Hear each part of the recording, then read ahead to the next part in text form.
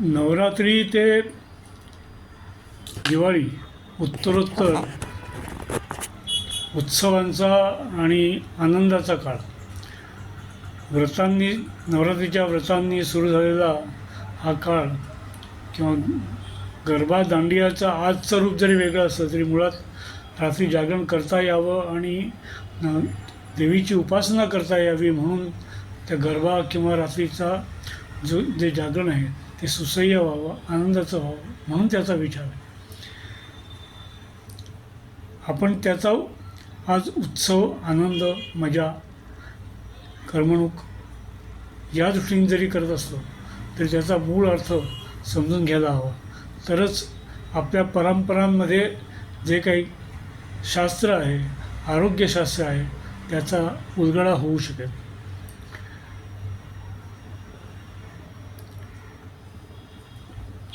उत्सव म्हटले की जसा आनंद आला तसं वेगवेगळ्या प्रकारचं खाणं आणि वेगवेगळ्या प्रकारच्या पाककृती हाही त्यातला भाग आला. दसऱ्याला आपण मिष्टान्न खाणार, 3:30 मुहूर्तातला महत्त्वाचा मुहूर्त, आणि त्या दिवशी काही ना काहीतरी गोडधोड व्हावं अशी सगळ्यांचीच अपेक्षा असते. दसरा सण मोठा, नाही आनंदा तोटा, अशा प्रकारचा अगदी पहिल्यापासूनचा विचार असल्यामुळे तो आनंदाचाच जातो आणि आनंदाचा जावा. आणि आनंद ह्याचा अर्थच मेजवानी, उत्तम खाणं, आनंददायी खाणं आणि संध्याकाळी मग सोनं लुटण्यासाठी सीमोल्लंघन, अशा सगळ्या गोष्टी त्या दसऱ्याशी निगडीत असतात. आणि तिथपासून सुरू झालेला हा प्रवास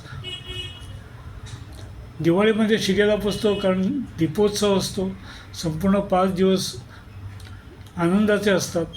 दिव्याची आरास असते आणि वेगवेगळ्या प्रकारची अन्नपदार्थ, वेगवेगळ्या प्रकारचे धान्य, वेगवेगळ्या प्रकारचं अन्न, असं हे खाण्याचे हे दिवस असतात. आणि त्यामुळे हा काळ जसा आनंदाचा आहे तसाच खाण्याचाही आहे. आणि मोठ्या वेगवेगळ्या प्रकारच्या आणि वैशिष्ट्ययुक्त असे पदार्थ ह्या काळामध्ये आपण खातो.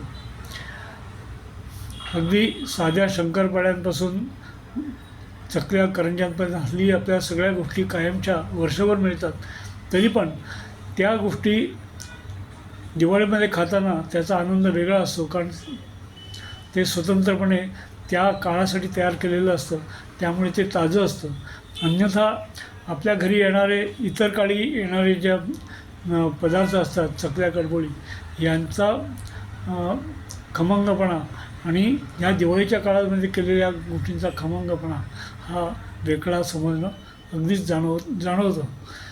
त्यामुळे हा काळ जसा आनंदाचा आहे त्याबरोबर खाण्याचा आहे. आणि खाणं म्हटलं की त्याच्यावर काय खायचं, काय नाही खायचं हा विचार जरी असला तरी हा काळ उत्साहाचा असल्यामुळे आणि हवेतलं बाष्प कमी झालेलं असल्यामुळे आणि शरीराचं एकंदरीत बल वाढलेलं असल्यामुळे हे सगळं खाणं आनंदाचं असतं आणि ते चांगलं पचतंही. आणि हा फराळाचे पदार्थ जे आहेत ते अत्यंत ताजे आणि चांगल्या धान्याचे केलेले असल्यामुळे ते उत्तम प्रकारे पचतात आणि ते आनंद द्विगुणित करतात. बाकी पुढच्या